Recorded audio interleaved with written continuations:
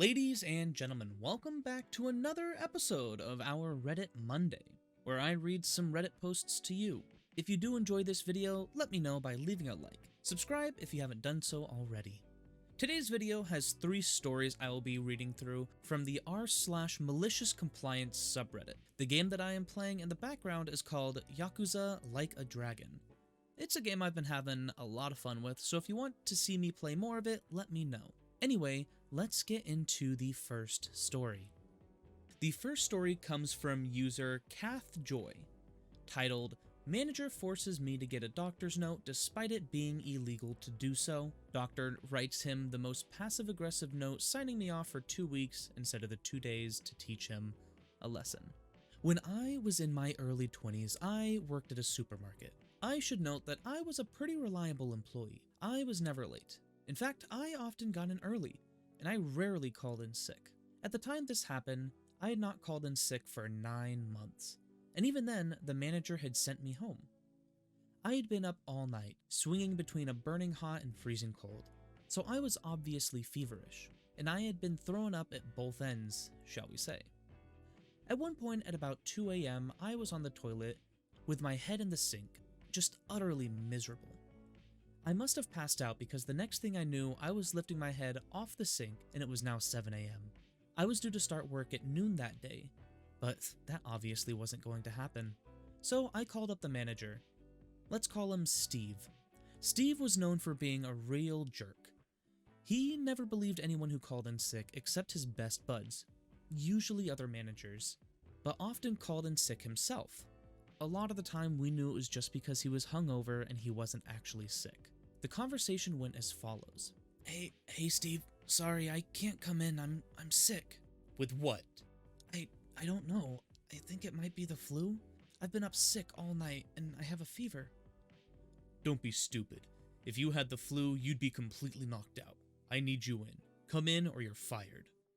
I can't. I just told you I can't stop vomiting. I passed out. Either you come in or bring a doctor's note or you're fired.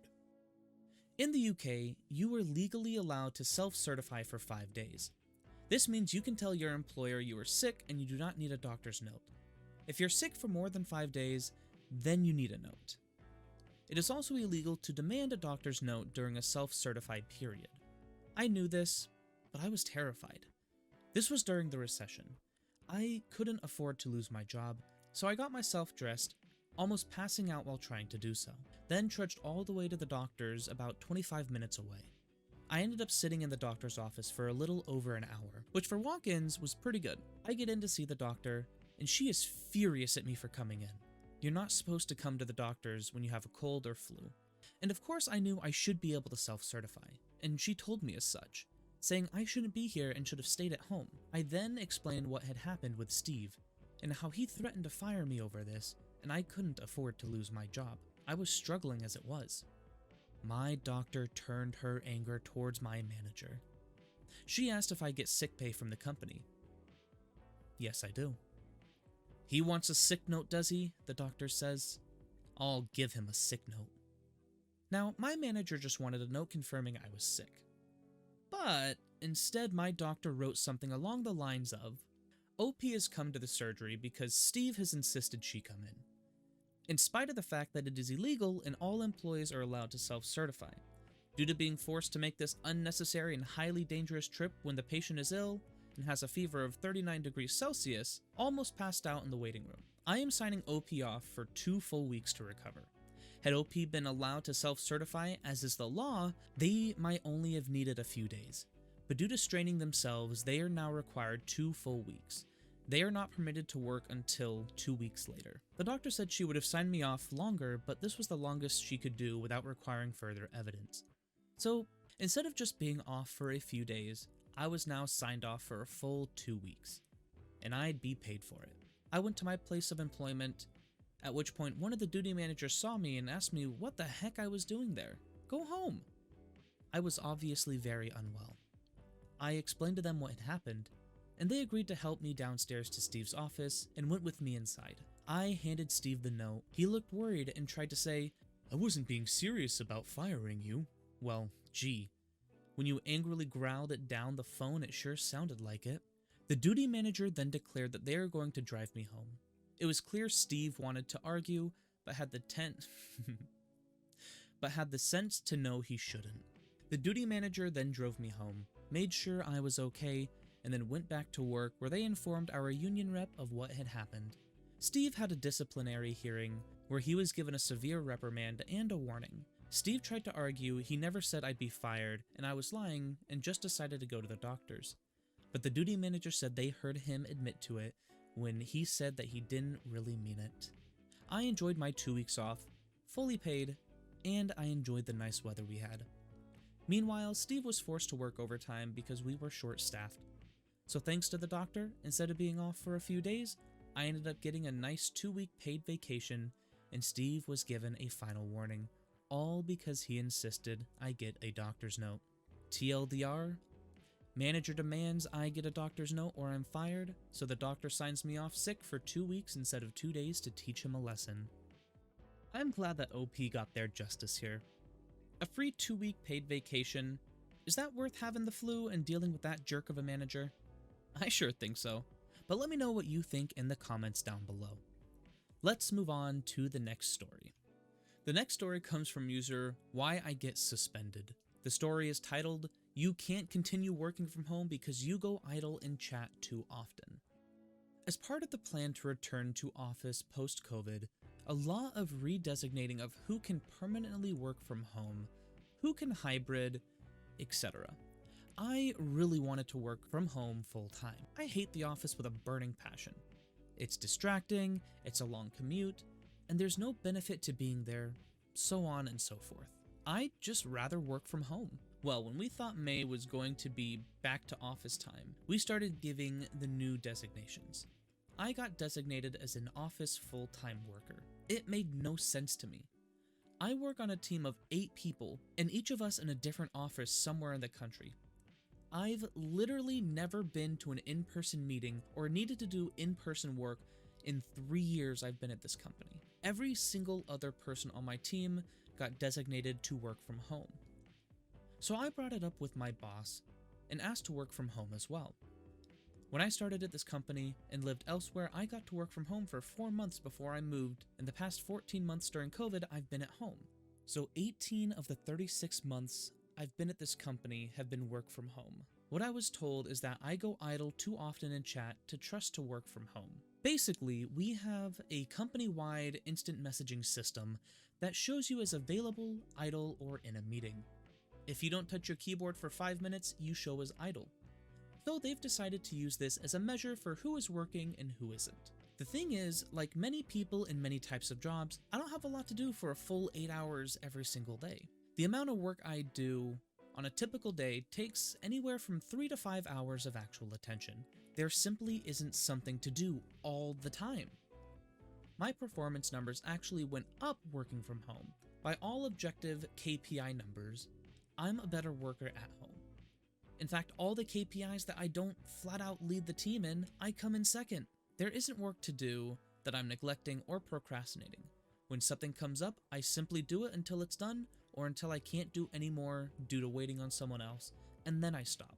And I've done that method long enough that my work queue stays empty because I work to get my queue down to the point where when something comes up, I can immediately address it and be done with it. But because I have other ways to spend my downtime instead of just messing around online at my cube, pretending to be working, meaning I show more idle time, I am a worse worker apparently.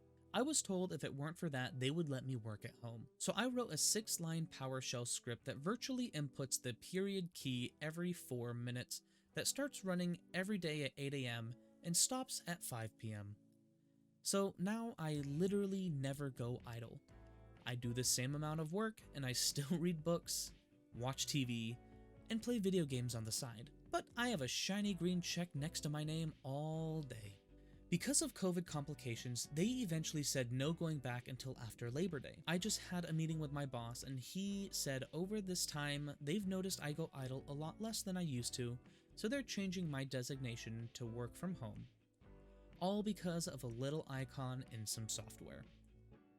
That malicious compliance was sweet and to the point. As you may be able to tell, this story is a few months old, as Labor Day has come and passed. Still, I like that OP was able to get their work at home approved. Now for the final story. The final story comes from user Rainier Cherries, titled Supervisor Asks Student with Cancer to turn on their camera during a virtual meeting, and you won't believe what happens next. All the below names are pseudonyms. There are two important background things to know for the story. I was diagnosed with a rare ovarian cancer at the beginning of this year. I had surgery and some chemo, and I'm mostly recovered now. I still have to go in for frequent testing and occasional monitoring. I am a private person to the extent that I have dated people for years without telling my parents. So you best believe random coworkers and bosses are unaware of my medical history. And number two, I attend a university that has an ambassador program. Basically, if you have a high enough GPA, you are able to interview for the program, and if you get in, they pay for your tuition during the time you are an ambassador. In exchange, you work 5 hours a week and work graduation and other similar events. I am one of these ambassadors, and this is my story. My supervisor for the ambassador program, Mrs. M, has spent the majority of our time together belittling me. As I sit here about to type about her, I find myself already exasperated thinking about reliving some of these details. So I will be short and sweet for both your sake and mine. She follows every rule to the letter and leaves no room for collaboration or discussion. As an example, we use Microsoft Teams for communication, and she has us clock in and out in a group of 20 people by saying, "I'm here," and "I'm leaving." So every day you have to scroll through dozens of messages to find anything of importance and listen to notification sounds every time someone so much as takes a lunch break. I suggested using the time clock function on Teams and even offered to set it up for us. And I was told that I was deliberately undermining her position. Another quick example is when I told her I didn't have any social media. She was certain I was lying and went so far as to ask other ambassadors to try and find me. They didn't. There's nothing to find. Crazy concept. I've challenged her at a couple of junctures, but ultimately realized I was fighting a losing battle and I'd be better off keeping my head down. Fast forward to 4 days ago.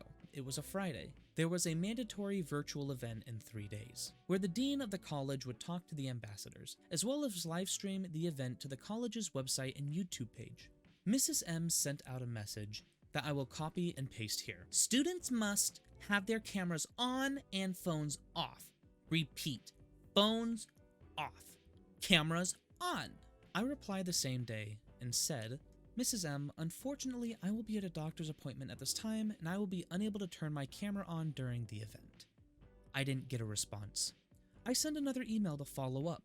Still no response. The day of the event rolls around. I direct message her through Microsoft Teams 10 minutes before. I see that she's seen the message with a red receipt. Still no response. Okay.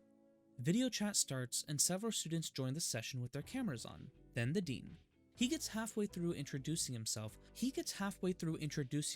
when Mrs. M interrupts him as he takes a brief pause and says, "Excuse me, could we please have all the students turn their cameras on?" I say nothing, but put a quick message I already had typed in anticipation in the group chat. Mrs. M, I have a private situation that bars me from turning on my camera.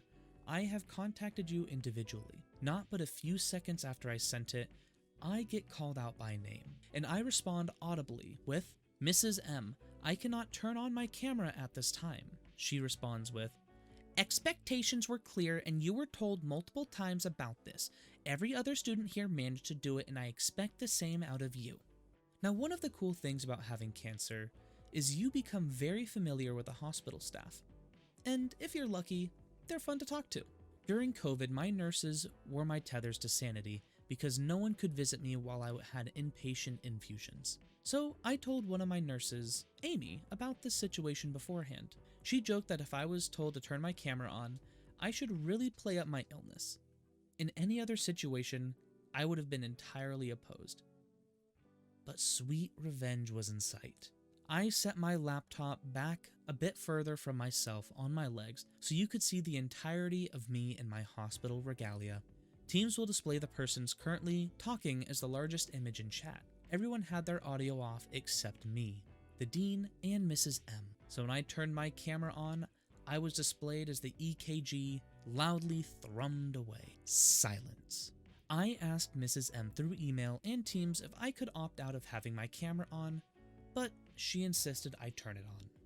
I waited a beat to see if anyone would say anything, and then continued with my special vocal blend of melodramatic gratitude and illness-laden shakiness. Virtual engagement is so important for this new era of learning. I can see why having the camera on is important, though I was hoping I might be granted an exception. The dean then says, "OP, you are more than welcome to turn your camera off. I am so sorry for the misunderstanding." I replied with, "Thank you so much for making a special exemption for me. It's been a difficult week, but I feel grateful to be here." Then, 2 people leave the call. One was Mrs. M, and the other was Anthony, who was Mrs. M's boss. I didn't know he had been there. Haven't heard from either of them yet, but I am awaiting a follow-up with anticipation. I am typing this from the hospital and feeling gratitude for a lot of things. I am here, I am alive, and above all, this stupid disease won't stop me from putting a bully in their place. I love that OP, despite having cancer, still has the strength to put the bully in their place. As they had mentioned, I really hope they beat cancer, as it truly is a horrible disease. Well guys, that is going to do it for this episode of Reddit Monday. If you did enjoy, let me know in the comments down below. What did you guys think of these stories? Let me know in the comments as well. I want to thank you all so much for watching.